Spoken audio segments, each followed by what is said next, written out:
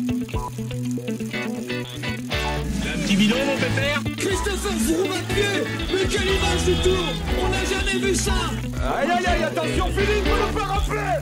Allez mon grand, t'es grand aujourd'hui, t'es grand. Chapeau. Bonjour à toutes et à tous et bienvenue dans Chasse Patate, le podcast du groupe Eto qui décrypte l'actualité cycliste. On se retrouve aujourd'hui après un magnifique Tour des Flandres remporté de main de maître par Tadej Pogačar pour débriefer justement ce Ronde van Vlaanderen 2023 où le Slovène est rentré encore une fois, encore un peu plus dans l'histoire, puisque c'est tout simplement le 3e vainqueur du Tour de France à avoir remporté le Tour des Flandres, après Louison Bobet en 1955 et Eddy Merckx en 1975, qu'il avait déjà gagné en 69 avant ces Tours de France précisément. On va donc revenir sur cette course, faire le débriefing, également de la course femme, qui a vu le doublé de Lotte Kopecky, déjà vainqueur l'année dernière. Et on en profitera également pour se pencher sur l'enfer du Nord, Paris-Roubaix, qui arrive très vite dimanche prochain, alors qu'on patientera cette semaine avec le Tour du Pays Basque. On va donc voir tout ça avec nos trois consultants chroniqueurs du jour. Raphaël pour commencer, salut Raphaël. Salut. Notre envoyé spécial en Espagne qui a quand même réussi à suivre tout ce qui s'est passé sur les pavés. Seulement la course homme, malheureusement, puisque la course femme n'était pas diffusée à la télé espagnole. Ah oui, bon. Mais la course homme était diffusée, j'étais content, quand je m'en suis rendu compte, j'étais plutôt content. Bon, du coup, je t'interrogerai pas sur la course féminine, mais tu auras une excuse au moins. On continue l'équipe avec Johan. Salut Johan. Salut. Bah moi c'était diffusé à la télé française, les deux courses, donc j'ai vu les deux courses. Très bien, parfait, et on termine cette équipe avec Geoffrey qui lui était sur le terrain au Vieux-Coirmont. Salut Geoffrey. Salut Mathieu, salut à tous, et puis au Coirmont il y a des écrans géants et c'est bon, la télé flamande, ça diffuse bien la course. Oui, en plus en termes d'audience, il me semble que ça a battu des records, je crois que c'était quelque chose comme 85% de part d'audience pour le Tour des Flandres sur la course masculine. Ce qui est quand même pas mal, hein. Le cyclocross ça fait 90% par contre. Ah oui, bon. On n'en était pas loin, Voilà donc pour ce programme de ce podcast Chasse Patate. Vous savez tout, attention au départ. Chasse Patate, c'est parti.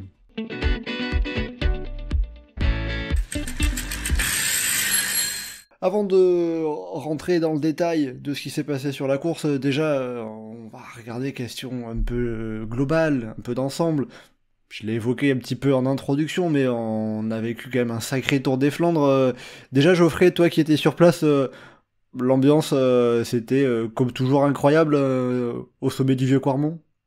C'est même encore plus que les autres années, il y avait encore plus de monde sur place. Donc c'est-à-dire que c'est toujours possible d'arriver à caser du monde même s'il n'y a plus de place. Hein. Ouais, en fait, on est arrivé, il était entre 10h30 et 11h, et le centre du village de Coirmont était déjà complètement bondé de monde. Ça faisait déjà la fête dans tous les sens. Avec quelques camarades du groupe Eto, on s'est placé à côté d'un groupe de spectateurs danois qui faisaient aller des drapeaux dans tous les sens et de la musique. Il y avait de tous les styles, quoi. C'était des Flamands complètement bourrés à la bière qui chantent du Mylène Farmer parce que c'est mis par de la musique des Danois à côté. C'est assez original. C'est ça le Tour des Flandres aussi. Une musique techno toute pétée qui se met que les VIP qui sont en face se mettent à sauter sur leur tribune pile au moment où Seb Van Marke a son incident mécanique. C'est aussi ça le Tour des Flandres.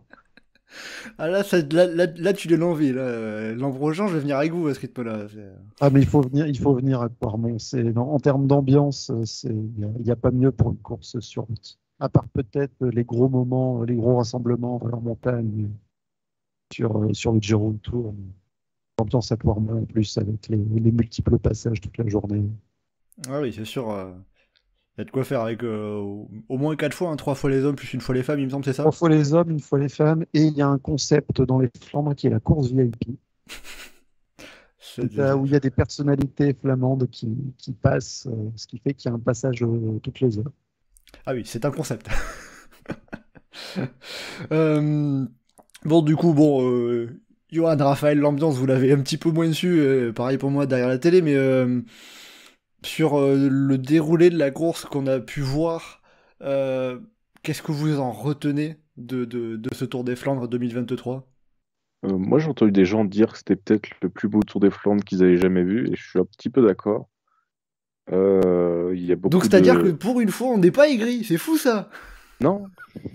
Bah, en fait, une course, ça part dès le début, ou ça bordure au début de course. On se croit sur Paris-Roubaix, quoi, tu sais, l'échappée qui part au bout de 100 bornes, euh, un peloton qui se disloque un peu au début, après des échappées qui a du mal à partir, et du coup, tu te retrouves avec une échappée où c'est un petit peu intéressant, parce que tu dis, ah, est-ce qu'elle va aller, machin, ne sais pas. La DSM qui fait n'importe quoi dans les monts pour 19e place de John Degenkolb, puis après, où ça attaque loin de l'arrivée, où tu as un groupe de costauds et de coureurs qui peuvent gagner qui partent loin de l'arrivée, où tu dis, ah, est-ce qu'ils sont pas fait piéger derrière, du coup, et du coup, après, quand ça réattaque, bah, c'est quand même un peu un suspense. Bon, ça n'a pas duré tout le long, mais un suspense de est-ce qu'ils vont revenir, est-ce qu'ils vont pas revenir, qu'est-ce qui va se passer, tout ça. Donc, en soi, c'était un Tour de Flandre très intéressant, très riche. Après, il y a des chutes au mieux qui sont pas, enfin, qui après coup vont participer à la légende de l'édition, mais dont on serait bien passé quand même, quoi.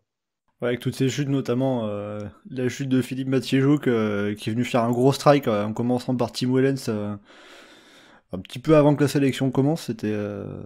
Il a essayé de faucher tout le peloton, mais il n'a pas réussi à dépasser la moitié, quoi. Bon, il a été logiquement mis hors course après ça. Hein. Il s'est excusé après sur les réseaux sociaux, mais bon, ça montre bien que il ne faut pas remonter le peloton par les bas-côtés, quoi. C'est quand même plutôt dangereux. Bon. Bah, surtout, tu vois de l'air devant, freine. Oui, bah lui, il se disait, bon, bah c'est une terre meuble, je vais passer. Puis en fait, il y avait une grosse flaque. Donc, bah, tu perds l'adhérence. Et tu perds l'équilibre. En général, quand la route est mouillée, l'herbe aussi est mouillée. C'est un indice, c'est un bon indice en effet. Bien vu, Raphaël. Raphaël, toi, qu'est-ce que tu en retiens de ce Tour des Flandres?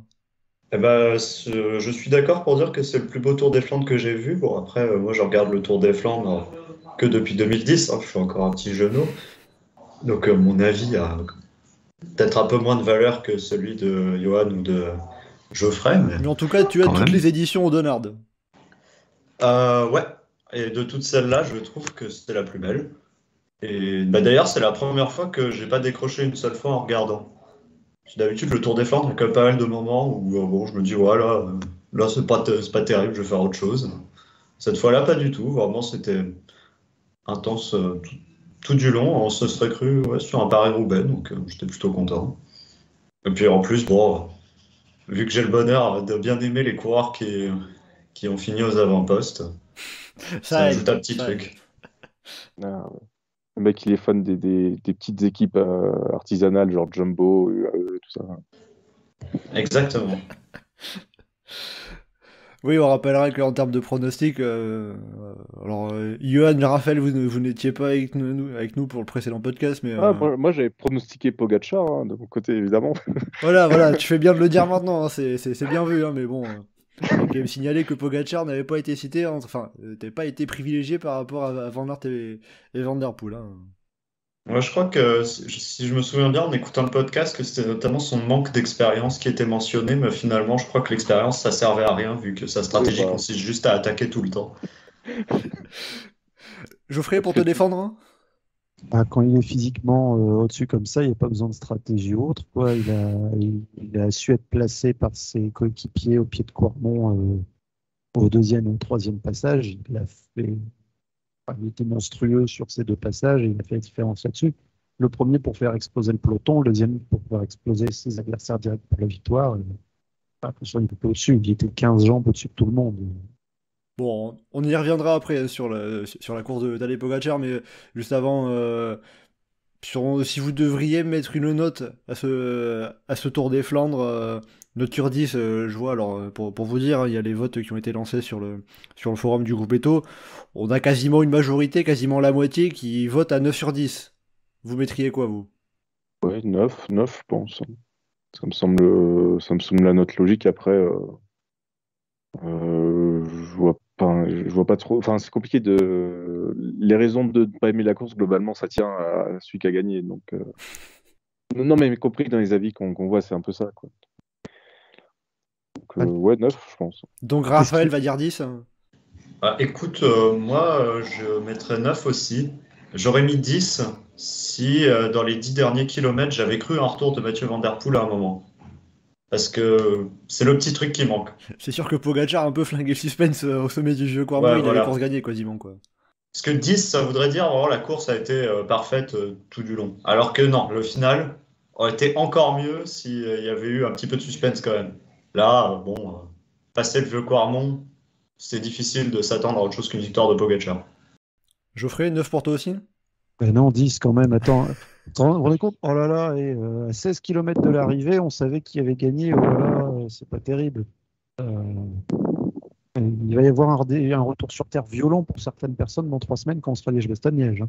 Bah, alors par rapport à ça, la Flèche Wallonne, à 200 mètres de l'arrivée, on sait pas qui va gagner, donc c'est très bien ça. Oui, non, mais je veux dire, il y a une course, ça flingue dans tous les sens pendant plus de 6 heures de course. Je veux dire, qu'est-ce qu'on pourrait avoir eu de plus que ça? Alors, moi, Un Est-ce Paris que Roubaix. oui, alors, du suspense éventuellement sur la fin, Non. mais t'as pas les mecs qui attaquent de si loin aussi si tu as l'occasion de faire la différence dans le final. C'est la portion plane qui est sur la fin qui permet aussi d'avoir d'avoir ces mouvements beaucoup plus violents, beaucoup plus loin de l'arrivée.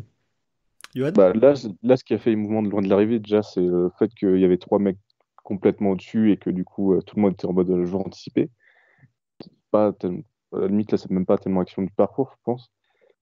Et d'autre part, sur la question de ne pas mettre 10, justement, moi, c'est quelque chose qui me plairait dans ce genre de course, dans une course où vraiment ça part dans tous les sens. C'est pas Roubaix 2016, c'est-à-dire c'est Mathieu Hilman qui peut gagner. Là, à aucun moment, j'ai senti que Mathieu Hilman pouvait gagner, en fait, dans le final. Tu vois?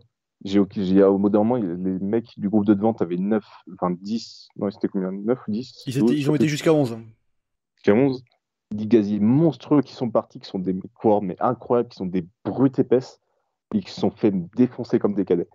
Et ça, pour moi, c'est pas une course que je vais surkiffer, tu vois, justement. Enfin, il y a cet impact-là, quand même, mine de rien, où le fait que les mecs dans le groupe, ils peuvent faire tout ce qu'ils veulent, ils peuvent pas gagner, ça me saoule.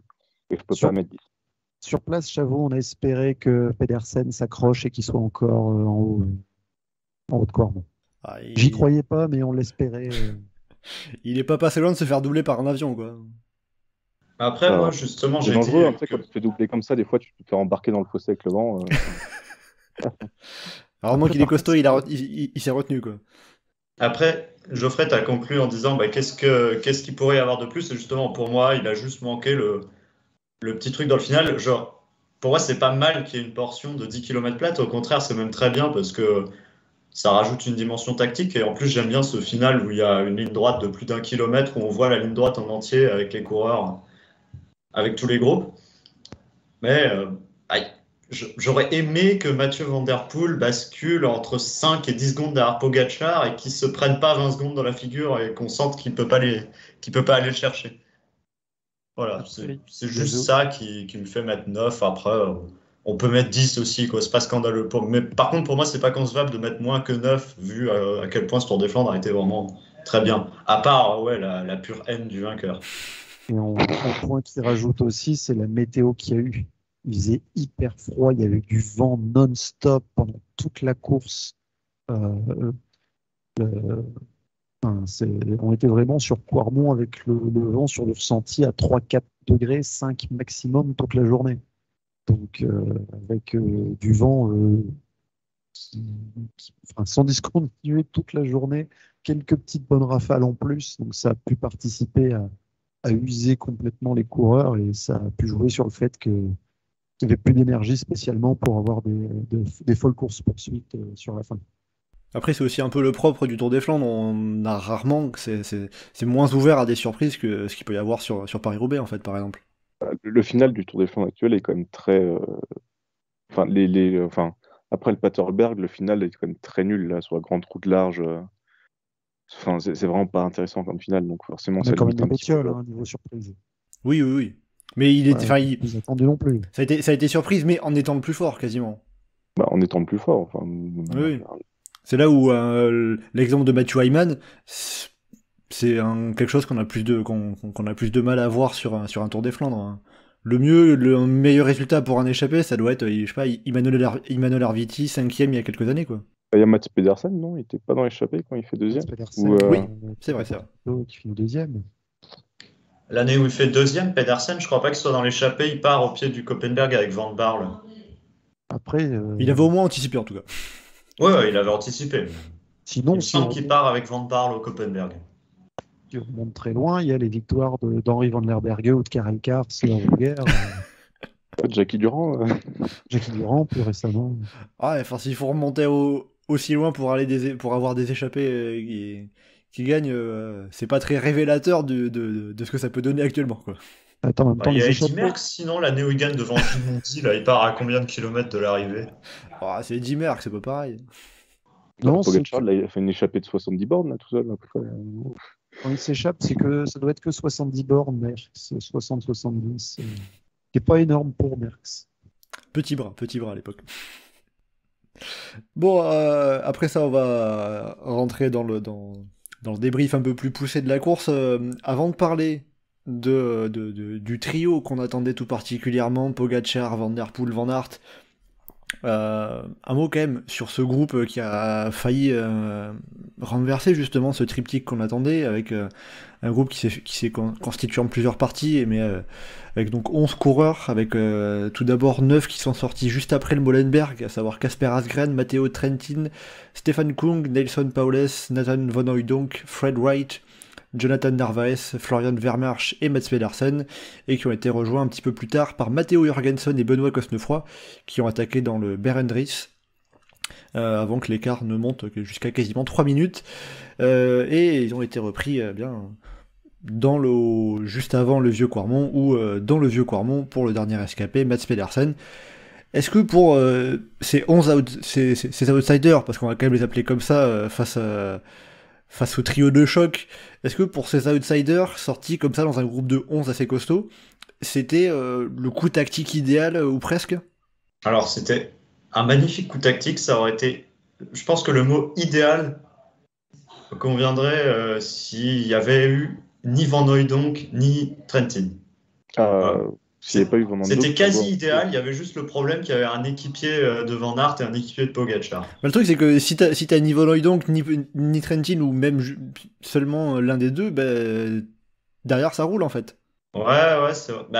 En fait, c'est compliqué. Non, il aurait fallu qu'il y ait Van Hooydonk, Trentin, et que Van Hooydonk et Trentin soient inférieurs aux autres, alors que Trentin était au moins au même niveau que Pedersen, Asgreen. Johan? Moi, je trouve que c'était le coup pas tactique parfait. Hein. C'est le énorme groupe qui roule, qui part, qui arrive à s'entendre, qui prend de l'avance. En plus, comme les Jumbo, c'est une équipe qui a du mal au niveau tactique. Ils se sont dit, vas-y, on va laisser partir ce groupe-là. Donc, du coup, ça a aidé le Schmilblick. Mais non, moi, je trouve que c'était vraiment parfait. Franchement, quand le coup il part, je me dis, ah, ok, c'est le bon, là. Je sais pas, je me suis pas dit à ce moment-là qu'ils allaient gagner, mais je t'avoue que moi, quand ils avaient 3 minutes, je me suis dit, ils vont gagner. Ça semblait vraiment mais idéal, quoi. Vraiment le coup qui piège les favoris, il n'y a que des gros outsiders. Enfin, t'as même un ancien vainqueur du Tour des Flandres dedans, t'as des mecs qui sont capables de faire podium. Enfin, ouais, parce qu'ils ont eu quoi, je crois au maximum 3,10 à 65 km de l'arrivée, ils en avaient encore 2,45 au pied du deuxième Quarmont. Ce qui est énorme normalement sur des coureurs de ce calibre. Donc, effectivement, oui, c'est vraiment parce que derrière ils sont à un niveau stratosphérique qui reviennent, mais c'est vraiment impeccable comme tout. Il fallait faire au moins ça pour tenter de gagner, quoi. Je pense que c'était la meilleure chose à faire et ça a été fait vraiment parfaitement. De mémoire, c'est même Mats Pedersen qui lance le truc. Alors on n'a pas les images, mais ouais, il fait partie des premiers. En plus, il avait déjà lancé un coup avant, Pedersen. Ouais, il attaque pas mal de fois. Après, il me semble que celui qui lance ce coup-là, c'est Trentin. Oui, Trentin qui avait attaqué aussi pas mal. Ouais. Mais du coup, ouais. Donc, du coup, je suis très content aussi que Mats Pedersen finisse sur le podium parce que vraiment, très très belle course de sa part, quoi. Ouais, c'est sûr. Après, en plus, c'était le dernier à résister. C'est lui qui a essayé de relancer en accélérant juste avant le Kreuzberg. Geoffrey, toi sur place, ça a été ressenti de la même manière. Ce groupe, à un moment, vous avez dit, il y a moyen que ça aille au bout? Au début, on s'est dit que bon, ça y est, là, la course se lance vraiment. Le Molenberg, là, à son bord de l'arrivée, c'est là que ça allait démarrer. Et le groupe qui est parti était plus imposant en termes de composition que ce qu'on pouvait imaginer. En général, quand il y avait des contres qui partaient un petit peu comme ça derrière l'échappée, c'était pas non plus les meilleurs qu'on pouvait espérer avoir devant, mais après une telle bagarre pendant autant de bornes, bah, les outsiders un peu plus secondaires étaient tous cramés, de toute façon, ils ne pouvaient pas y aller. Quand ça avançait, ça a pris d'avance. Comme je disais, encore plus avec le démarrage de Pedersen sur la fin, on se disait qu'il y avait peut-être quelque chose qui était à faire. Au final, ça juste été le podium. Quand même le podium. Il fallait anticiper de toute façon face aux 3 monstres, parce que sinon, si les 3 faisaient le démarrage qu'ils ont fait dans Koppenberg et l'enchaînement qui a suivi, personne vraiment qui aurait pu suivre derrière. Je suis assez d'accord avec Johan sur le fait qu'il fallait embarquer Van Hooijdonk et Trentin devant, parce que sinon il y en a d'autres qui auraient roulé. Van Hooijdonk qui est un peu le coureur parfait dans ce coup-là, parce que du coup c'est le coureur, tu sais, qui va pas gagner, qui est pas capable de gagner, mais qui est quand même très costaud, qui va tenir le coup, et Jumbo peut-être qu'ils vont hésiter à le laisser devant, machin, je sais pas. Bah, c'est ça, parce que si Jumbo avait envoyé un mec comme Laporte, il y en a beaucoup qui auraient pas roulé devant. J'ai l'impression en plus que Van Hooijdonk c'est un peu le seul des coureurs chez Jumbo qui était préposé à suivre les coups à ce moment-là, parce que quand Pedersen avait attaqué 10 bornes plus tôt, il y avait déjà un seul Jumbo et c'était déjà Van Hooijdonk. Ce qui est extrêmement stupide, parce que quand tu as 5 des meilleurs coureurs dans les 10 meilleurs coureurs de la course, au bout d'un moment, il faut envoyer aussi les outsiders, quoi. Mais, ouais. Ouais, mais c'est sûr que c'est dommage de ne pas demander à Benoît ou Laporte d'aller dans les coups, alors que, par exemple, tu mets Laporte, je pense, dans le coup qui part, c'est clairement le mec qui fait le plus peur. Bon, après le truc, c'est que si Laporte avait essayé, peut-être que UAE aurait roulé immédiatement. Ouais, voilà, le coup serait peut-être pas parti avec Laporte, quoi. Si Laporte est devant, les autres, ils roulent pas autant derrière. Hein. C'est vrai qu'après, pour le coup, dans ce groupe qui se forme, le seul qui se fait piéger, c'est Mathieu Van Der Poel. En fait, on est juste après le Molenberg, et en fait, Mathieu Van Der Poel, au moment où j'ai revu le passage tout à l'heure avant ce podcast, quand le groupe commence à partir, Mathieu Van Der Poel, il est au marquage de Pogacar, et il se retourne, et en fait, je pense qu'il voit pas ses coéquipiers.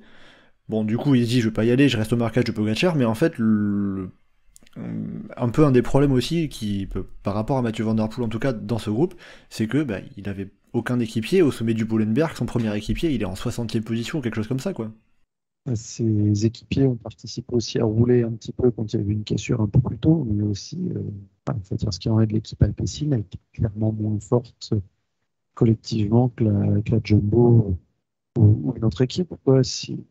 Certes, il y a des bons coureurs, hein, je dis pas le contraire, mais bon, si c'était un Sylvain Billiet ou un Jenny Vermeersch qui aurait été devant, ça aurait pas eu le même effet que si c'était les meilleurs équipiers de Van Aert qui avaient suivi. C'est-à-dire que si par exemple on a un équipier de Van Der Poel comme Jenny Vermeersch par exemple, qui se retrouve à suivre le groupe Asgreen, ça aurait pu aller au bout? Non, parce que ça changeait rien. Bon, ça a été un peu pendant un moment les Alpecin qui étaient les principaux à rouler, mais... Ouais, vu la vitesse à laquelle ils roulaient, je pense pas que ça aurait changé énormément de choses. Est-ce qu'il y a quelque chose dans ce groupe que les coureurs...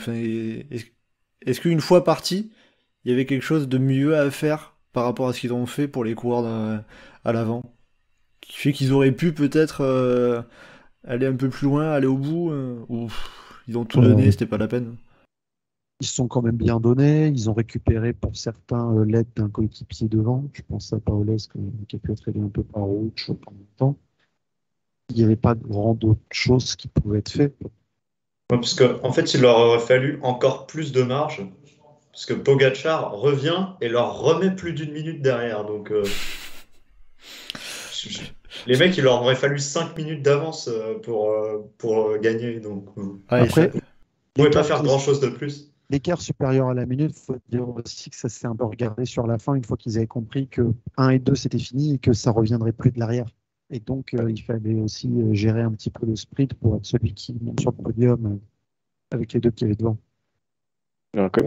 Ça stagnait quand même autour des 45-50 secondes, il me semble, entre 10 et 5 km de l'arrivée, alors que ça relayait normal, c'est dans les 3 derniers kilomètres qui se sont regardés. Mais dans tous les cas, il y avait quand même 45-50 secondes déjà, donc bon. Au total, ça fait 4 minutes que Pogacar rattrape quasiment. pas à lui tout seul, parce qu'il a roulé avec Van Der Poel et Van Aert en cours de route, mais bon.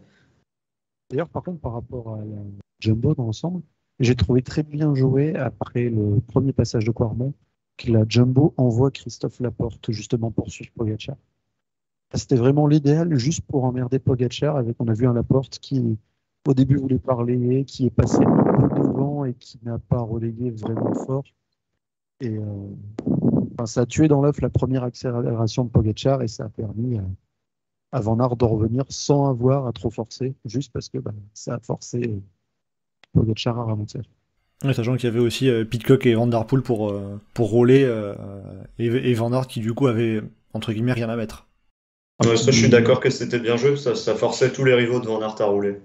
Donc comme quoi Jumbo n'est pas forcément tout le temps mauvais tactiquement. Ils ont été bien pendant environ 1,5 km sur 273.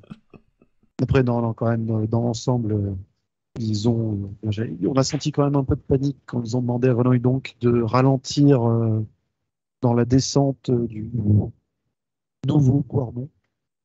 Là, franchement, on ne voyait pas spécialement à quoi ça aurait servi. C'était un peu tard, ouais. Ce que je crois, Van Hooijdonk se relève quand Pogacar et Van Der Poel reviennent, en fait. Il y a le regroupement qui se fait en poursuite. Il y a Van Aert qui est derrière. Mais... Après, peut-être qu'il n'avait pas l'information, hein, mais bon. En tout cas, si dans les voitures, il y avait l'information et la possibilité de lui communiquer cette information-là, en effet, c'était un peu tardif. Ouais, ce serait un manque de professionnalisme assez étonnant de leur part. Non, je pense pas que c'est un manque de professionnalisme. Je pense juste qu'ils ont paniqué soudainement. Ils se sont dit, oula, c'est vraiment en train de partir. Il faut remonter Wout van Aert devant. Et allez, Nathan, tu t'arrêtes, tu vas avec Wout. Et sur 52 mètres.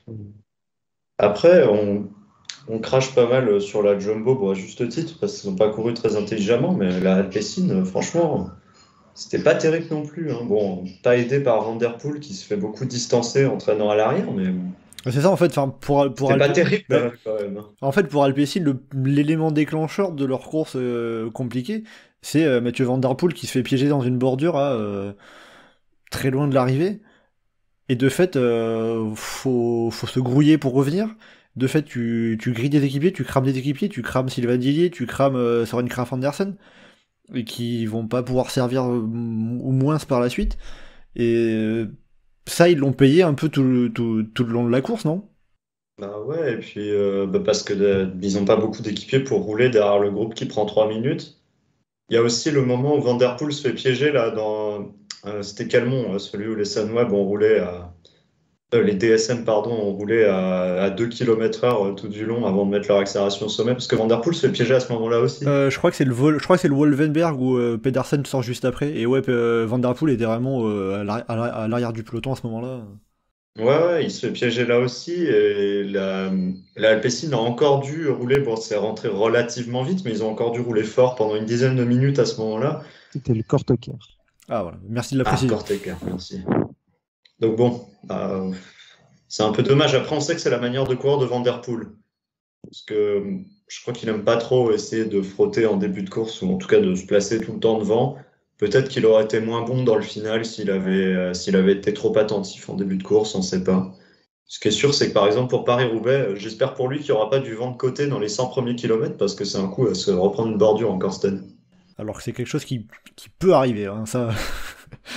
On verra le point météo peut-être sur Paris-Roubaix quand on parlera de Roubaix plus tard, mais c'est... Avec Ineos qui se ramène, avec Sheffield, Kwiatkowski, Ghana, une bordure dans les 100 premiers kilomètres, impossible. Non.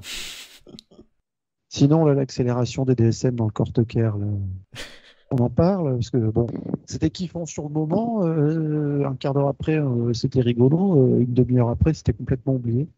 Et puis j'ai pas l'impression que ça avait fait rire Mathieu Van Der Poel qui a retrouvé l'accès à son compte Twitter juste pour signaler ça.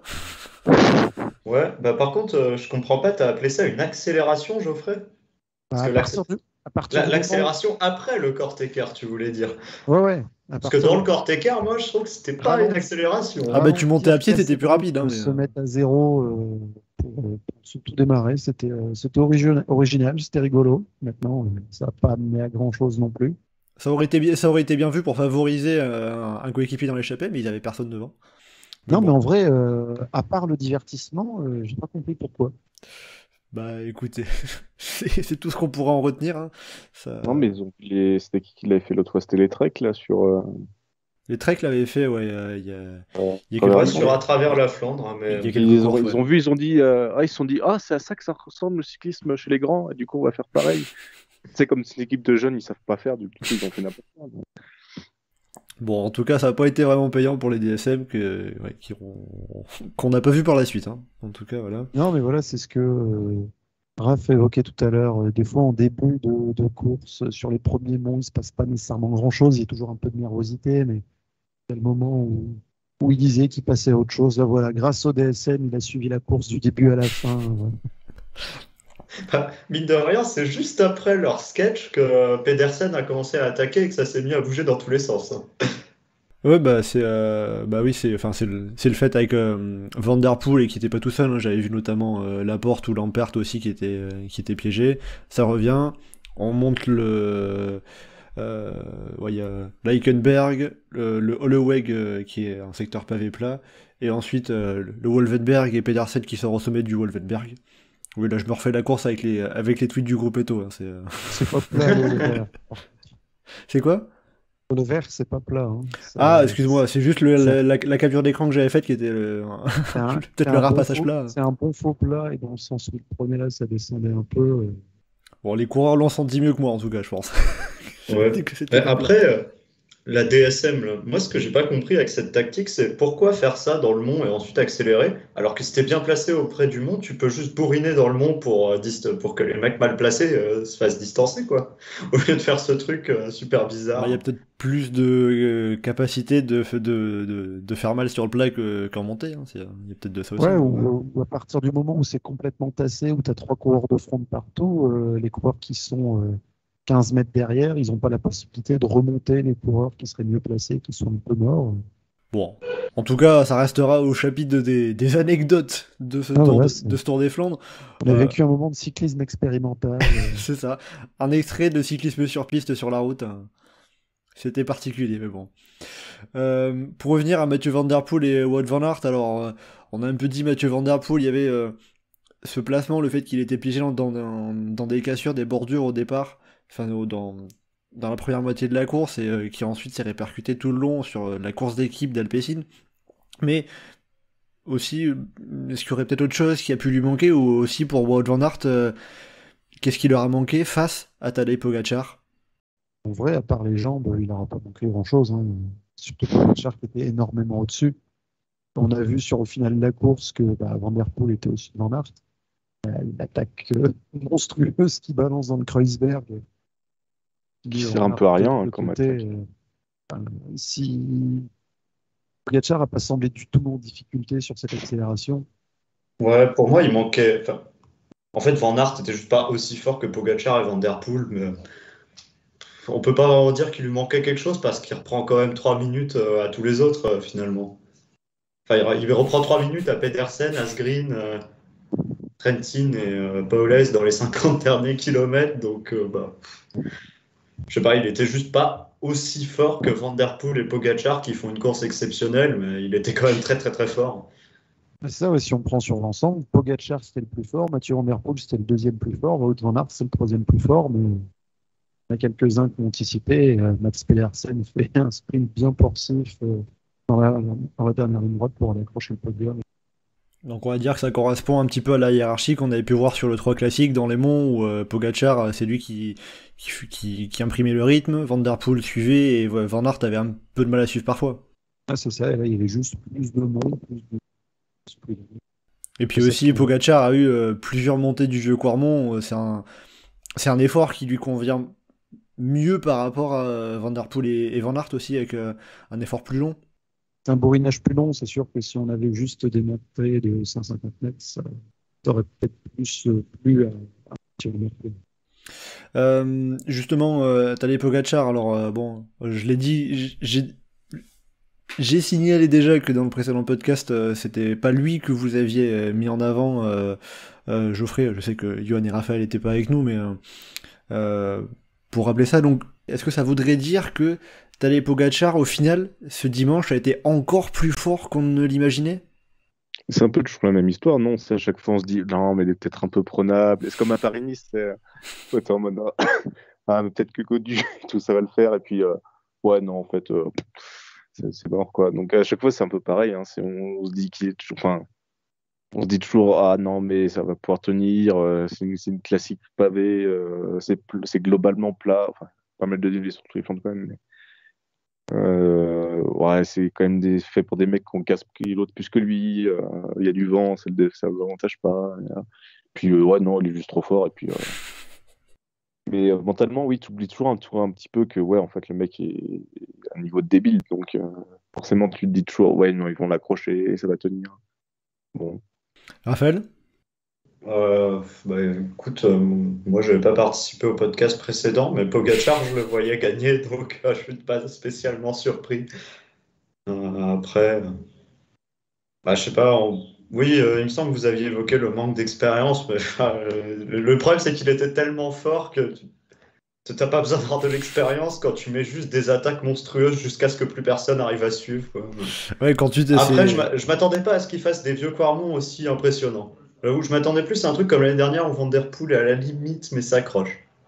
Peut-être qu'il a manqué à Van Der Poel un petit truc à cause, par exemple, des moments où il a dû chasser en début de course, ou du Kreuzberg où il met une attaque un peu inutile, ou le Tyenberg aussi avec son petit problème au pied, il est obligé de faire un effort, mais c'est même pas sûr, quoi. Ouais, par rapport à l'expérience, on peut dire c'est un peu comme Mbappé disait, moi tu me parles pas d'expérience, ça vient direct, pouf, il gagne. Ouais, après Pogacar a un meilleur palmarès que Mbappé quand on prend chacun son sport. Ah, c'est sûr. Là, le Slovène est un petit peu au-dessus, on peut dire. Même si L'équivalent à Pogacar, c'est le sauteur à la perche, non? Il s'appelle Mondo Duplantis. Mondo Duplantis, non? Ah ouais, ça serait peut-être plutôt vers lui qu'on pourrait le comparer, ouais. Avec la marche sur les autres. Pas mal comme comparaison en tout cas, si on devrait comparer avec un autre sport. Bon voilà, donc pour ce Tour des Flandres, bon, en dehors de Pogacar, Van Der Poel, Van Aert, qu'on attendait tout particulièrement, quel coureur pour finir vous a particulièrement marqué? J'avais entendu du Mads Pedersen notamment. Mats Pedersen pour l'effort qu'il a fait et la présence à l'avant, mais dans notre style, il y a aussi Nelson Paoles qui a confirmé qu'on pouvait attendre de lui. Ça faisait partie des outsiders et des coureurs lesquels on était assez curieux de voir ce que ça pourrait donner. On a bien vu ce que ça donnait, quoi. Ouais, cinquième avec une belle présence sur la course, c'est quand même pas Et puis, ridicule. je vais te rendre hommage quand même, Geoffrey. Hein, j'ai noté que tu l'avais cité comme surprise possible. Donc voilà, il n'y a pas que des pronos foireux dans Chasse Patate. Hein. Ah, ça va, le mec que je voulais qu'il gagne, il a fini deuxième. Celle que je voulais qu'il gagne côté féminin, elle a gagné. Ah, tu peux pas faire le doublé chaque année sur le Tour des Flandres. Hein, je suis désolé. Surtout en faisant les mêmes pronostics chaque année, ce sera un peu difficile. Ouais. Ça sera un exploit assez incroyable. Bon, l'an prochain, il refera pareil et. Ça peut à nouveau passer. Hein. Ah, voilà. Parce que Mathieu Van Der Poel sur le Tour des Flandres, à part la première année où il manquait un peu d'expérience, il fait toujours premier ou deuxième. Donc bon. D'ailleurs, je sais pas si Geoffrey, toi, la tu première l'as année peut-être. encore, il a fini quatrième. Hein, donc, Oui, il a fini quatrième en faisant une espèce de course-poursuite à chaque fois. il a Il quand avait même le essayé niveau de pour le traverser- gagner dès sa première année. Mais... il a quand même essayé de traverser les rues de Berchem avec un vélo où il n'y avait plus de guidon, donc c'était assez original. Mais d'ailleurs, je sais pas si tu as une idée comme ça, mais moi, dans l'histoire du Tour des Flandres, j'ai pas souvenir d'un coureur qui, sur 5 années d'affilée, est aussi régulier. Bonne question. Après, je trouve que le plus impressionnant, ça reste Magny, qui gagne en 3 participations, il gagne 3 fois, mais Van Der Poel, 5 années d'affilée dans le top 4, dont 4 dans le top 2, Dont je deux suis pas victoires. sûr que ce soit déjà arrivé. Peut-être en termes de régularité, mais avec pas autant de succès, peut-être un mec à la Franz Verbeek Ouais. qui enquillait les places d'honneur sur les Flandriennes à chaque fois derrière Merckx, de Vlaming. Moi, j'avais tout ça. pensé à Brickshot, mais ou Schotte, je sais pas comment on dit. Mais pour moi, Van Der Poel, quand je le regarde, j'ai quand même l'impression que il est parti pour devenir peut-être même le plus grand coureur de l'histoire du Tour des Flandres. Même si Mousseau sera dur à aller chercher, En tout cas, il est sur des bases élevées, quoi. il est sur des bases très très très élevées, c'est Ouais. impressionnant. Bon, du coup, pour finir ce bilan, débriefing du Tour des Flandres, un autre coureur à citer aussi, côté français, on va signaler qu'on a 3 Français dans le top 20 avec Christophe Laporte et Benoît Cosnefroy, 14e et 16e, et Anthony Turgis qui a anticipé le sprint du gros peloton et qui finit 17e. Ouais. Alors, Mathieu, j'ai quand même envie de dire, on n'est plus en 2009. 3 Français dans le top 20, quand il n'y en a aucun dans les 12 premiers. Oui, parce que sur la base, quand tu arrives avec Madouas et Laporte, tu dis qu'il peut y en avoir un sur le podium. Donc, Oui, mais il y a Madouas qui avait des problèmes gastriques, enfin visiblement qui était barbouillé au niveau du ventre, comme il l'avait dit en avant-course. Donc assez vite écarté malheureusement. Christophe Laporte, qui se retrouve entre guillemets en tant que vu côté français entre guillemets piégé par le jeu Jumbo-Visma avec Van Hooijdonk à l'avant et il faut aider Van Aert à revenir. Et Cosnefroy qui a fait quand même une belle course aussi pour son premier Tour des Flandres. Bah, Cosnefroy qui pète un poil tôt, je trouve. Mais oui, enfin, qui a bien senti la course. Mais ouais, moi, j'aurais envie de tenir un peu plus. Mais Peut-être encore pas une forme optimale et ça va dépendre de ce qu'il va pouvoir donner. Des choses qui visent un peu plus tard en avril. Ouais, est-ce que Benoît Cosnefroy, que je remonte, il me semble qu'il pète dans le Koppenberg ou c'est quelque chose comme ça. Sur le sommet du Koppenberg, il me semble il pète dans le groupe de tête. Il y avait un point qui était assez rigolo de voir les mecs qui étaient distancés par ce groupe petit à petit, ou les mecs de l'échappée matinale, ils avaient tous leur moment à la télé où ils étaient dans le groupe. Van Aert, Van Der Poel et Pogacar. Il y a même quelques moments où vous voyez le caméraman qui essayait de remonter un peu avec la caméra pour qu'il voit que les 3 premiers. Non, Jonas Rutsch dans la roue, il compte pas. Non, les autres, on s'en préoccupe pas. Et comme ça, le coureur en question pouvait dire j'étais tout seul avec Van Aert, Van Der Poel et Pogacar à 50 bornes de l'arrivée. Non, mais tu prends une belle photo de ça et puis. Ouais, c'est. Peut-être tu montres ça à tes petits-enfants après. Ouais, c'est quand j'étais dans le final du Tour des Flandres avec les 3. L'occasion d'évoquer un moment où on avait. C'était comment le loto qui était en échappée de Beust. Jasper De Beust. Il y a eu un moment où il y avait les 3 et De Beust derrière. Et Théo, grand fan de la loto du forum qui était avec nous à Quarmont, qui voit ce plan où il y a les 4 coureurs et qui nous dit les 4 fantastiques. Oui, Jasper De Beust, rescapé de l'échappée matinale, alors qu'il y avait Florian Vermarche aussi pour l'auto de Destiny devant.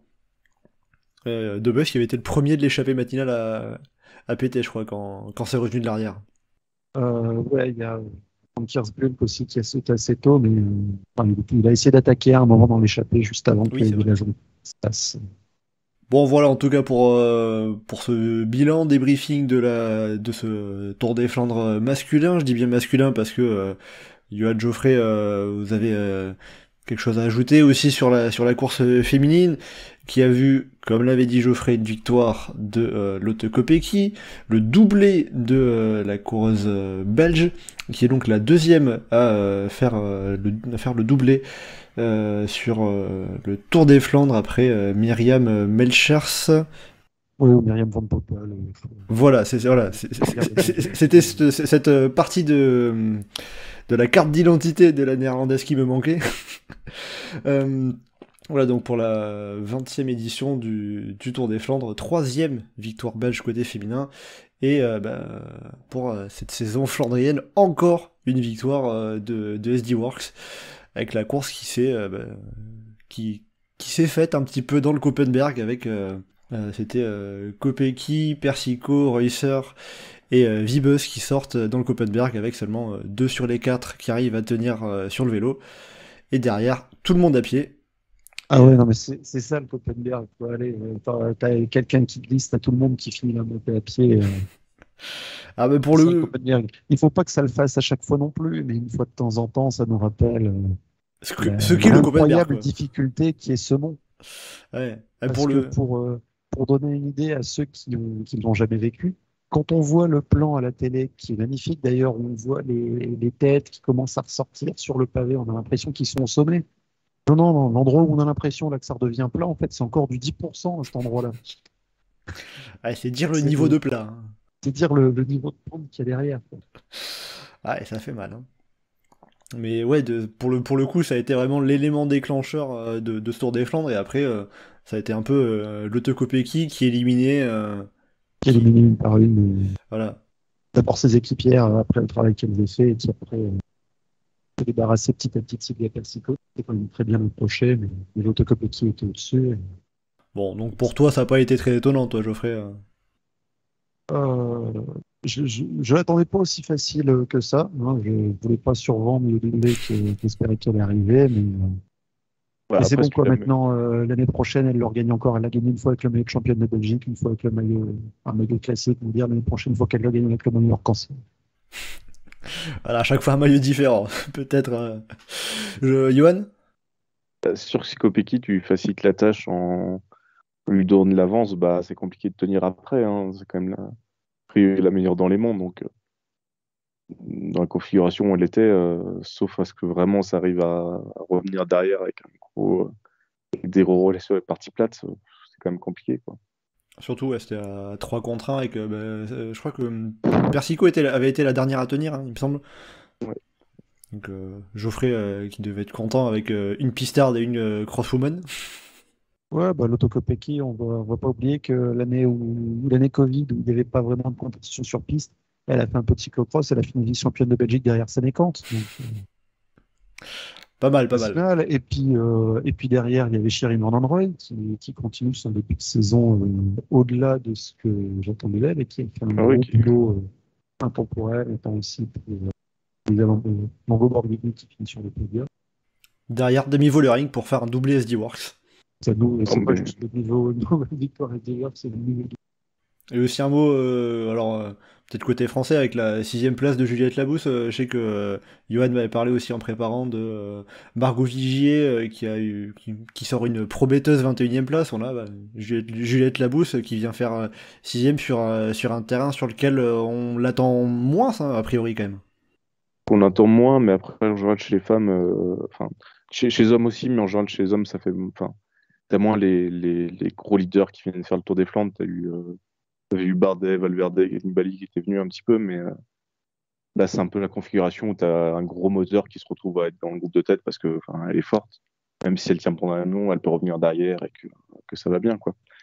Donc, ça montre surtout qu'elle est en forme et que ça va être très intéressant pour les Ardennaises, mais c'est très bien pour elle. Le podium, c'était un peu juste, vu sa pointe de vitesse, mais c'est une très très belle performance.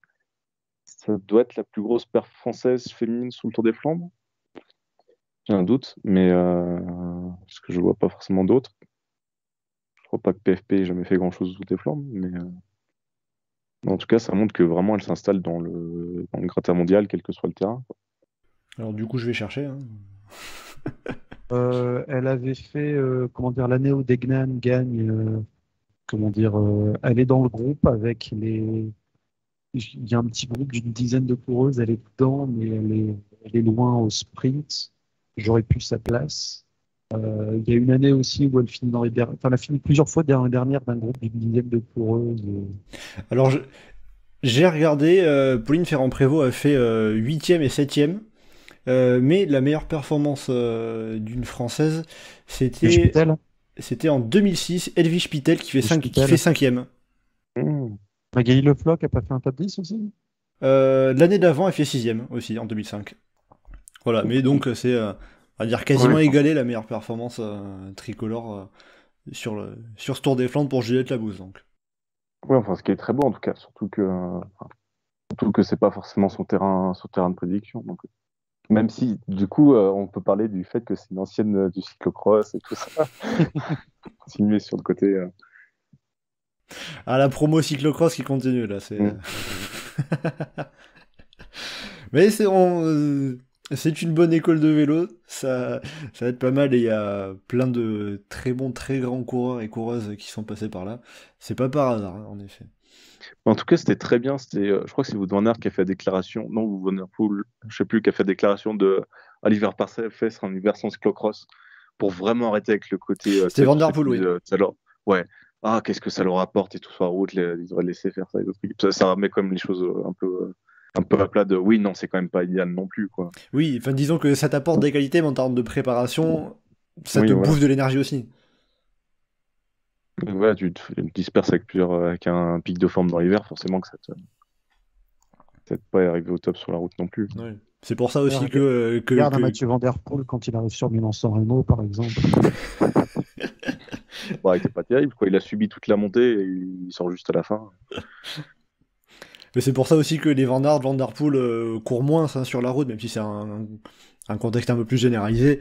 On les voit courir quoi, une quarantaine, cinquantaine de jours de course sur la saison, parce que il faut aussi récupérer de tous ces efforts faits pendant l'hiver, qui sont plus importants qu'une simple préparation hivernale en tout cas. Van Der Poel, il me semble qu'il a dit qu'une préparation idéale pour les Flandriennes, ce serait ne pas faire les cyclocross en hiver. Mais en même temps, je crois qu'il lui manque plus que 2 titres mondiaux pour égaler le record, donc je suis pas sûr qu'il y renonce. Ouais, je pense qu'il y tient trop pour y renoncer. Ouais. Voilà. Alors que Van Aert, dans la mesure où il est belge et où il a toujours pas gagné le Tour des Flandres, peut-être qu'au bout d'un moment, il va se dire bah, j'arrête le cyclocross. Je fais un stage au TID du 1er janvier au 31 mars. Au 1er avril. Et le 2 avril, je viens sur le Tour des Flandres. Ouais, mais les gars, ça va être compliqué aussi pour eux de pas faire de cyclocross. Dans un rayon de 15 bornes autour de leur maison, ils ont 8 cyclocross UCI sur l'hiver. Donc, Et il y en a un par week-end. Hein. ça, et puis pour les deux, il y en a un qui organise dans leur ville, quoi. Et Rental, si au bout d'un moment ils ont pas d'idée, ils vont peut-être finir par l'appeler le Grand Prix Wout van Aert. Donc il y a un moment, il y a des trucs qui incitent un peu beaucoup quand même à venir faire du cross, mais bon, ça se comprend après. C'est pour ça que Van Aert, il faut qu'il aille faire son stage au TID de début janvier jusqu'à fin mars. Fais gaffe, les Espagnols, ils sont capables d'aller foutre un cyclocross là-bas. Oh bah ils ont bien commencé à en faire à Benidorm. Qui est la ville de Felipe Horst, le champion d'Espagne au cyclocross. Comme quoi, tout se rejoint. Bon, le cyclocross, ça vous tient à cœur, mais on est sur la route. On va passer après ce qui s'est passé, justement, ce Tour des Flandres. On va regarder ce qui arrive avec ce week-end Paris-Roubaix. Je dis bien ce week-end, puisqu'on aura samedi la course féminine et dimanche la course masculine. Contrairement au Tour des Flandres, Paris-Roubaix, femmes et hommes ne se courent pas le même jour, pour laisser plus de visibilité, notamment à la course femme. Alors, première question, pour la course masculine, quel va être votre favori? Là, ça va être, traditionnellement, quand même, Paris-Roubaix est une course plus ouverte, hein. On l'a un peu sous-entendu que le Tour des Flandres. Quel coureur serait votre favori? Geoffrey, je vais te laisser commencer, tiens. Alors, je vais revenir au cyclocross en parlant de Mathieu Van Der Poel. La boucle est bouclée, c'est le cercle infini. Hein. Mais pour pas non plus en faire de trop sur le cyclocross, je vais parler un petit peu de poursuite sur la piste en ces temps. Voilà, donc il manquera plus qu'un vainqueur du Grand Prix de Fourmier, c'est bon. En vrai, Caleb Ewan, ça va être chaud pour lui. Pascal Ackermann n'a pas gagné Fourmi? Pascal Ackermann a gagné 2 fois Fourmi. Eh ben voilà, c'est bon. On a le bingo. Bon, Pascal Ackermann, un peu moins favori que Van Der Poel et Ganna quand même. On va pas se le gâcher. C'est moi qui en a parlé en premier, donc je suis complètement dédouané de la situation. Bon, alors, pourquoi Van Der Poel en choix numéro 1, Geoffrey? Parce que je mets toujours Van Der Poel en choix numéro 1. Bon. Après, sinon, il y a la forme qu'il a en ce moment. Et ouais, non, j'ai pas d'argument logique. J'ai envie de le voir gagner par les Ça suffit, c'est déjà pas mal comme argument. Hein, donc, bon. Je sais pas, regarde les classiques qu'il a fait. Quoi. Le mec, il gagne Milan-San Remo, il finit deuxième du Tour des Flandres. Ça suffirait pour n'importe quelle raison de le citer comme favori. Donc cette fois peut-être la bonne pour Mathieu Van Der Poel qui a fini 3e en 2021 pour son premier Paris-Roubaix qui était dans des conditions bien boueuses et 9e l'année dernière. Voilà en tout cas donc pour les participations jusqu'à présent de Mathieu Van Der Poel à l'Enfer du Nord. Pogacar là du coup, donc ça lui ouvre la porte quoi. Oui, tout à fait. Pogacar qui a dit qu'il lui faudrait prendre un peu de poids, prendre un peu de kilos avant de s'aligner au départ de Paris-Roubaix. C'est du mytho. D'ailleurs, ils lui ont donné un cornet de frites immédiatement après qu'il ait dit ça. Ouais, mais il en a pas voulu. Ah ouais, ok, bon bah il participe pas alors. Ah voilà, bah c'est fou. Vu ce qu'il a fait l'année dernière sur le Tour, sur les pavés, je suis pas sûr qu'il ait besoin de gagner beaucoup de kilos, franchement. Raphaël, tiens, justement, quel serait ton favori, le coureur que tu choisirais pour Paris-Roubaix? Moi je veux dire Mats Pedersen. Très très fort depuis le début de l'année. Sur le Tour des Flandres, il a montré qu'il avait grosse endurance parce que moi je le voyais limite dans les monts et finalement plus le temps passait et plus il avait l'air costaud. À la fin, il sort un sprint de gros pour un pour aller chercher la 3e place. Et Paris-Roubaix me semble mieux taillé pour lui que le Ronde. Après, le petit bémol, c'est qu'il a jamais eu de gros résultats, mais bon, en 2021, il vient, il se fait littéralement découper par Luc Rowe dans la trouée d'Arambert et en 2022. En 2022, je sais plus, genre il a eu 4 ou 5 crevaisons, un truc comme ça. Donc, enfin, il a abandonné l'année dernière, mais je sais plus pour quelle raison. Bah c'est le propre de l'enfer du Nord. Il y a des aléas qui peuvent arriver de tous les côtés, quoi. Mais bon, voilà, s'il est épargné par la malchance, je le vois vraiment jouer la gagne, parce que c'est une course faite pour lui. Il est en super forme. Et bon, il sera très dur à distancer. Je pense que entre Van Aert, Van Der Poel et tous les autres favoris, et lui, c'est lui qui est le plus rapide au sprint après une course usante. Et Johan, est-ce que tu vas citer Wout van Aert, que Raphaël disait comme le principal opposant à Mathieu Van Der Poel? Alors, moi, je crois à la capacité de fail de Jumbo. C'est-à-dire que potentiellement, ils ont 3 mecs. Enfin, je pense qu'ils ont 3 mecs qui peuvent gagner. C'est Van Hooydonk. Oula. Van Hooydonk? Van Hooydonk, Laporte et Wout van Aert. Qui, je pense, 3 belles cartes pour pouvoir gagner. Mais moi, je pense que ils vont se foirer.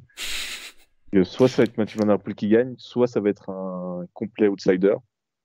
Et du coup, pour aller prendre un coureur qui, à mon avis, va satisfaire personne en tant que vainqueur, mais qui sort une belle saison de Flandrienne, qui a été solide sur Denain, qui a été solide sur Ganvegem, qui lance Pogacar sur son attaque au couramment. Bah, moi, je vais citer Michael Bjerg, qui est vraiment costaud en ce moment, qui passait bien les pavés, du coup, sur les dernières courses, et que personne ne va aller chercher spécialement, à mon avis. Et donc, voilà.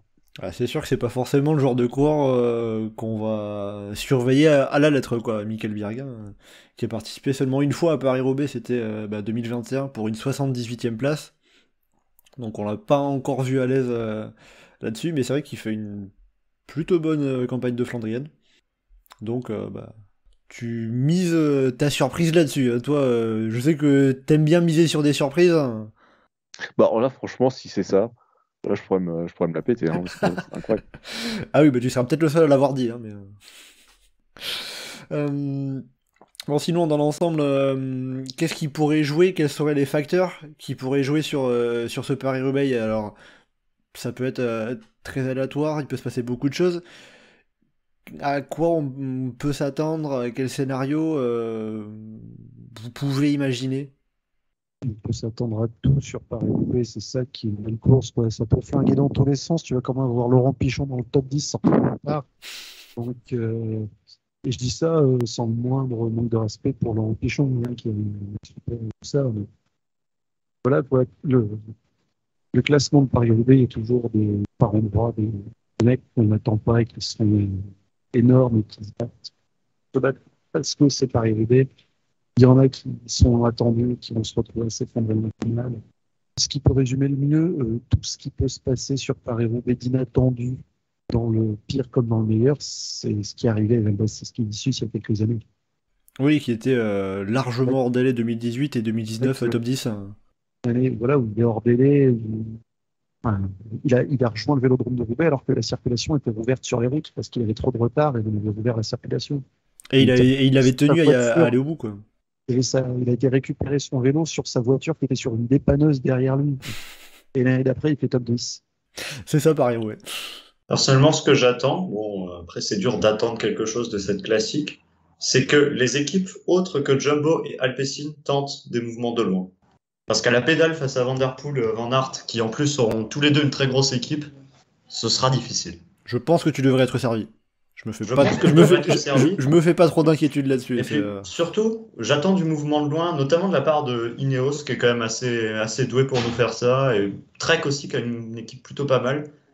Surtout dans la mesure où, comme Van Der Poel et Van Aert sur Paris-Roubaix, à chaque fois qu'ils sont venus, ils ont passé les 120 premiers kilomètres dans les dernières positions du peloton. Alors, ce serait pas mal d'essayer de les piéger, quoi. Parce que bon, ils se font avoir à chaque fois, ce serait pas mal qu'ils se fassent piéger à nouveau. Moi, ça me ferait rigoler un petit peu. Après, ouais, ils auront vraiment des équipes costauds, hein, parce que on parle de l'armada Jumbo, mais pour Paris-Roubaix, la Alpecin a quand même une équipe vraiment très très costaud. Hein. Il me semble qu'il y a Dillier, Hermans qui vont venir.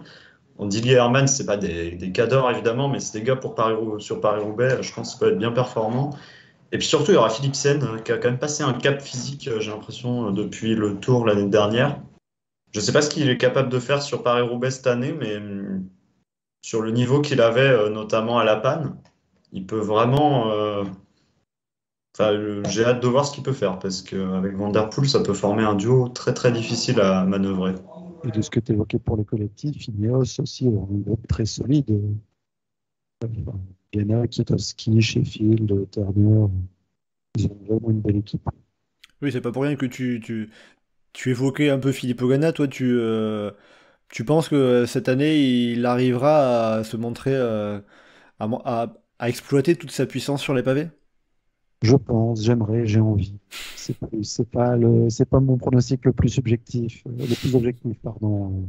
Oui, je Mais sais. surtout Pogana. Mais l'année dernière, quand on l'a vu, certes, c'était pour boucher un trou après la mécanique, mais une manière dont il survolait sur les pavés, les conditions météo après qu'il va y avoir là vont être un peu différentes de ce qu'il y a eu ces dernières années. Ça devrait être comment d'ailleurs, Bah, enfin, on est un peu loin pour. On est encore un peu loin et ça peut très vite bouger dans le coin, mais globalement, ça va être froid et sec là, dans les prochains jours, un petit peu de pluie en milieu de semaine, ce qui aura tendance à tasser, on va dire, la poussière qui pourrait être sur le côté, et plus sec en fin de semaine, jusqu'à une quinzaine de degrés dans l'après-midi. Léger vent, globalement défavorable. Donc ça veut dire qu'on aura une course sans pluie, sèche et sans trop de poussière peut-être? A priori, c'est trop tôt pour vraiment faire le détail de tout ça. Après, si les conditions viendraient rendre les pavés trop beaux, s'il faut sortir un râteau, j'irai gratter tout ça vendredi soir. On compte sur toi, on compte sur toi. L'ensemble fait que on devra avoir un Paris-Roubaix pour bourrin plus que pour technicien, pour pouvoir résistant après de la course qui se lance dans le vent à 200 bornes de l'arrivée. Je pense pas que ce sera une année où les favoris, enfin où il n'y aura pas encore d'échappée au moment d'avoir les trois groupes. Je pense que l'entame sera pas classique et on a une dizaine de mecs avec une. Bon, on verra. Après, de toute façon, Paris-Roubaix, on peut s'attendre à tout. C'est assez souvent que ça bastonne pendant longtemps et jusque très loin, quitte à la limite pas avoir vraiment d'échappée. Donc, on verra. Johan, un dernier mot à rajouter sur ce qui pourrait se passer, un autre scénario, un autre point, un autre coureur qu'on n'aurait pas évoqué peut-être? Bah, c'est compliqué d'évoquer un coureur parce qu'on va pas savoir. Enfin, c'est compliqué d'anticiper ce qui va pouvoir se passer ou pas. Donc, il y a toujours le risque là, du coup, sur Roubaix, il y a quand même des périodes de transition un peu plus importantes et c'est plus compliqué parfois pour des gros cours de partir très très loin. Donc, est-ce que la capacité des équipes va pouvoir contrôler ou pas? Est-ce que Jumbo va vouloir contrôler face à Mathieu Van Der Poel ou pas? C'est aussi la question. Est-ce qu'ils vont s'ajouer full quick step en faisant attaquer un peu tout le monde un peu tout le temps ou est-ce qu'ils vont essayer de tenir un peu la baraque pour Wout van Aert? C'est ça, je pense aussi, qui va déterminer beaucoup la course. Et après, pour le meilleur français, ça va être qui? Christophe Laporte est le principal prétendant à être le premier français à l'arrivée? Oh, il est même prétendant à la victoire, de manière générale. Donc oui, enfin, plus grosse chose française assez largement, je pense. Après, on n'a pas fait la liste avant le podcast, c'est dommage de qui va être le coureur français qui va se retrouver 7ème dans le top 10. Ah, c'est compliqué, on n'a pas encore la liste complète, hein, mais... Oui. J'espère que Hugo Hofstetter aura un meilleur guidon qu'au Grand Prix de Denain. Ah, il y a intérêt pour lui, ouais. Parce que si tu gasses ton guidon sur 2 vélos différents, c'est pas bon signe. Hein. Mais bon, voilà. Alors dans les coureurs français qui sont annoncés, alors, on a une start list pour l'instant assez parcellaire. On a Florian Sénéchal chez Quickstep, on a Arnaud Démarre, bien sûr, chez Groupama FDJ, Anthony Turgis chez Total Energy, Hugo Hofstetter et Mathis Louvel du côté d'Arkea Samsic, et donc Christophe Laporte pour finir du côté de Jumbo Visma. Mais sinon, par contre, là, quand Johan a dit est-ce que la Jumbo peut se la jouer full quick step, en fait, j'y viens de penser, mais on n'a pas du tout évoqué Yves Lampart alors qu'il a l'air plutôt en bonne forme et que c'est vraiment le spécialiste de Paris-Roubaix, quoi. S'il y a bien une course où il est tout le temps bien, c'est Paris-Roubaix. Donc il faudra s'en méfier aussi. Et pour ceux qui seront au Carrefour de l'Arbre, il faudra aussi faire attention au fan club d'Yves Lampard. Ah, fan club d'Yves Lampard qui vous a bien marqué, hein, avec toute l'équipe du groupe Eto, comme à chaque fois que vous allez là-bas, vous êtes quoi, une vingtaine, trentaine limite alors j'exagère un peu peut-être, mais il y a le fan club d'Yves Lampard qui est bien présent, il me semble, hein. Ah bah, eux, avant le Covid, ils étaient parfois même jusqu'à une quarantaine ou une cinquantaine. Et vous, en général, vous êtes plutôt sur la sortie du Carrefour de l'Arbre? On est juste à la fin du Carrefour de l'Arbre. Et s'il y en a qui veulent venir nous rejoindre, pas de problème, vous amusez. La place est réservée.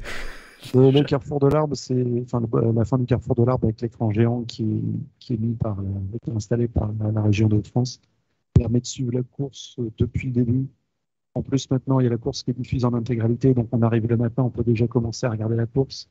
Il y a quelques années, on se plaçait au Carrefour de l'Arbre le 11h du matin, on regardait sur Internet ce qui se passait sur la course, ce que l'audio de l'étranger nous balançait, c'était du numéro. Donc, en termes d'ambiance, c'était pas vraiment pareil, quoi. Et alors le samedi, je sais que vous serez aussi plusieurs nombreux à aller voir la course féminine. Par contre, il n'y aura pas d'écran géant, il me semble, au Carrefour de l'Arbre. Mais il y aura quand même, bien sûr, on va pas le nier, une belle course sur un parcours légèrement allongé, il me semble, par rapport à l'année dernière, avec une entame des pavés qui sera un petit peu plus tardive, puisque la boucle autour de Denain sera un petit peu rallongée. Il y a moins de boucles autour de Denain, mais il y a une boucle un peu plus grande qui va être faite, ce qui permet de rallonger un peu la longueur avant d'attaquer les premiers pavés. Sachant que le troisième secteur pavé, c'est quand même celui de Sarre-et-Rosières, qui est relativement méchant. Oui, disons que l'organisation fait quand même la gentillesse aux coureuses d'éviter de commencer par la trouée d'Arambert. Bon, le Tour des Flandres, ils font bien quasiment commencer par un Koppenberg. Oui, si on peut éviter de les envoyer au carnage des fois, c'est pas plus mal. Non, mais par contre, par rapport à ce pavé de Sarre-et-Rosières, à voir si ça se fait, mais l'année dernière, il me semble que l'intercommunauté de la Porte du Méno avait installé un écran géant sorti du pavé de Sarre-et-Rosières. Donc peut-être que s'ils le font là, il y aura la possibilité de voir le début de la course sur le premier pavé où ça commence à bien bouger. Tu vas voir la course. Je ne sais pas s'ils auront organisé n'importe cette année. Et sinon, côté féminin, déjà une belle journée le samedi. Avec aussi la course qui est un peu plus tard que l'année dernière, avec le départ qui sera donné entre 13h30 et 14h et une arrivée qui est prévue plus tard dans l'après-midi que les. Donc il faudra pas se faire surprendre si à 13h30 on voit toujours rien à la télé. De toute façon, la diffusion télé, elle commence autour de 15h30, quelque chose comme ça. Ça fait que, malheureusement, le pavé de Sarre-et-Rosières ne sera peut-être même pas diffusé. C'est toujours un petit peu dommageable. Mais bon. Bon, on verra en tout cas. Donc on aura. Bon, ce qui est sûr, c'est qu'on aura une belle course parce que ça reste Paris-Roubaix, même s'il n'y a pas tous les secteurs pavés qu'on a sur la course masculine. Il y a Sarre-et-Rosières, il y a Mont-Saint-Pével, il y a Orchy, il y a Templeuve, il y a tous ceux de la PVM sur la fin de Cizoin, en passant par Arcanfin et l'Arbre. Il y a quand même de quoi faire. Il y a de quoi faire. Et justement, toi Geoffrey, pour la course féminine, j'ai une petite idée de ta favorite quand même. Je sais pas ce qui te fait dire ça. L'intuition. Est-ce que ça serait pas une coureuse dont le prénom serait Lotte? Et dont une famille Ecopeki, effectivement. J'ai très envie de la voir réaliser le premier doublé côté féminin entre le Rondeau et Roubaix. Et quitte à avoir un petit regard sur quelqu'un d'autre, je vais citer Victoire Berthaud, qui est meilleure française de l'année dernière.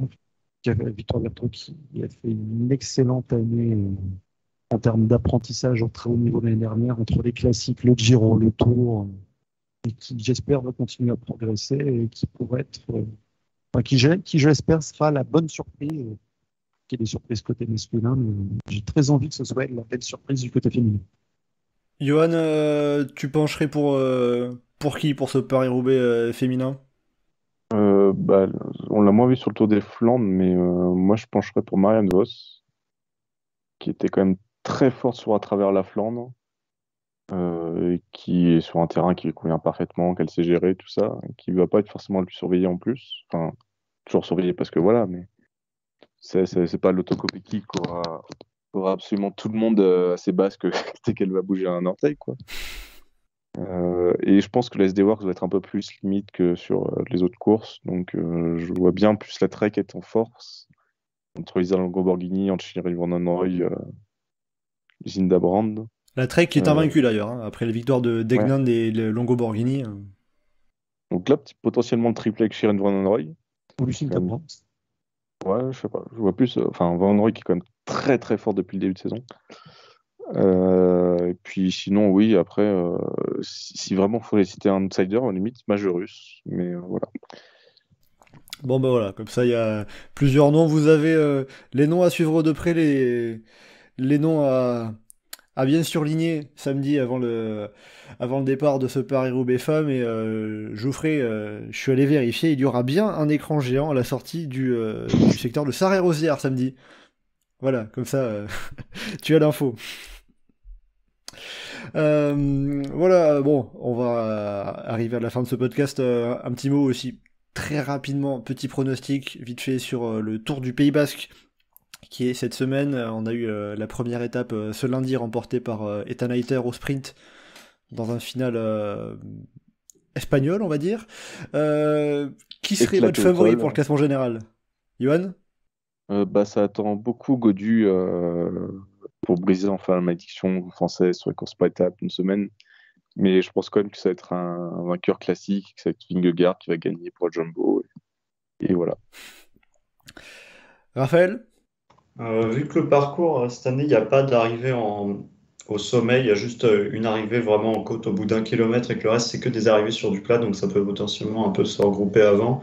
Je pense qu'il faudra une bonne pointe de vitesse et prendre des bonifs au cours de la semaine. Donc je vais dire Higuita. Sergio Higuita, le Colombien, qui avait d'ailleurs couru pendant quelques mois au sein de l'équipe Euskaltel Euskadi, hein, entre guillemets en sorte de prêt avant de rejoindre IF Education, l'équipe de Jonathan Wouters. Et on termine ce tour de table, ce tour des pronos avec Geoffrey. Moi, je vais pronostiquer Richard Carapace parce que tu m'as demandé de citer quelqu'un. Clairement, sinon, c'est pas la course sur laquelle je vais être le plus concentré. Je vais pas m'y jeter un coup d'œil, bien sûr. Je sens que tu as déjà le regard tourné vers le week-end prochain, quoi. Oui, clairement. À la limite, un petit œil, je crois que c'est mercredi, le Grand Prix de l'Escaut, mais c'est tout, quoi. Dans l'absolu, ce qui pourrait me faire y regarder un petit peu, c'est que la première étape a été gagnée par un pistard. Donc, En parlant du Grand Prix de l'Escaut, je pense que Geoffrey va regarder, vu qu'il y a Mathieu Van Der Poel. Même s'il vient pour faire le poisson pilote de Philipsen. C'est plus du coup, Philipsen est l'immense favori du Grand Prix de l'Escaut, vu que c'est le meilleur sprinter cette saison et qu'il a Mathieu Van Der Poel comme poisson pilote. Il y a moyen. Puis bon, allez, pour finir sur le Tour du Pays Basque, moi j'ai quand même envie d'aller citer David Gaudu pour briser la malédiction française et avoir enfin un vainqueur français d'une course par étape pour le Tour. Ça va faire 16 ans qu'on attend après Christophe Moreau. Chaque année on ajoute plus un. Bien un moment où il va falloir briser tout ça quand même. Hein. Donc on va dire David Gaudu, et puis aussi parce que il est quand même en grande forme. On a vu notamment à Paris-Nice, deuxième, c'est quand même très costaud. Voilà. Et bien avec tout ça, on va arriver à la fin de ce podcast. Vous en aviez des choses à dire. Il y en avait encore beaucoup à dire, très certainement, mais écoutez, on aura de quoi en dire également la semaine prochaine quand on fera le prochain podcast pour débriefer Paris-Roubaix, bien évidemment, on ne vous oublie pas. Johan, Raphaël et Geoffrey, je vous remercie pour avoir été à m'accompagner pour ce podcast. Et bien, je vous souhaite d'avance aussi un très bon Paris-Roubaix, un très bon week-end d'Enfer du Nord. Ça va être du plaisir pour tout le monde, en tout cas, à suivre, pour les coureurs un peu moins. Et donc, en attendant le prochain podcast, donc on se donne rendez-vous la semaine prochaine. Comme d'habitude, vous pouvez nous retrouver sur le site et le forum du groupe Eto, legroupeeto.fr, ainsi que sur nos différents réseaux sociaux, Twitter, Facebook et Instagram. N'hésitez pas à commenter, liker et partager ce podcast. Merci beaucoup et à bientôt dans Chasse Patate.